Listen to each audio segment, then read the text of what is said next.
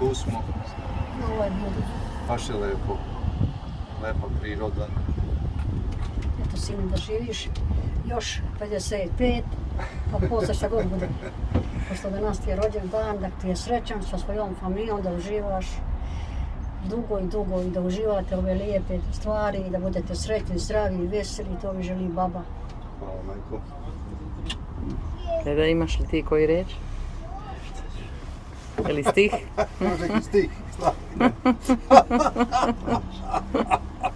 Doesn't like to be put on the spot. Ti je rekla je baba da će... He's got Flynn in the car until the spot. It's pretty beautiful. Yeah, more.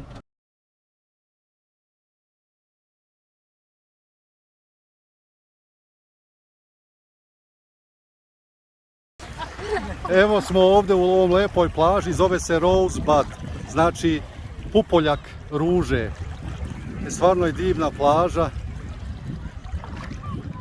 Eto, danas smo ovdje na moj 56. rođendan. Rođendan, sine! Eto, baš malo prije smo bili gore u onu žicaru skroz tamo, na ovo brdo.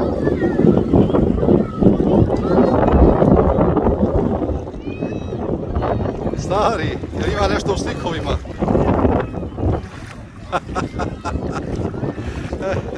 A baš je lepo. Jako je lijepo, jako je. Šteta što ne mogu da pivam.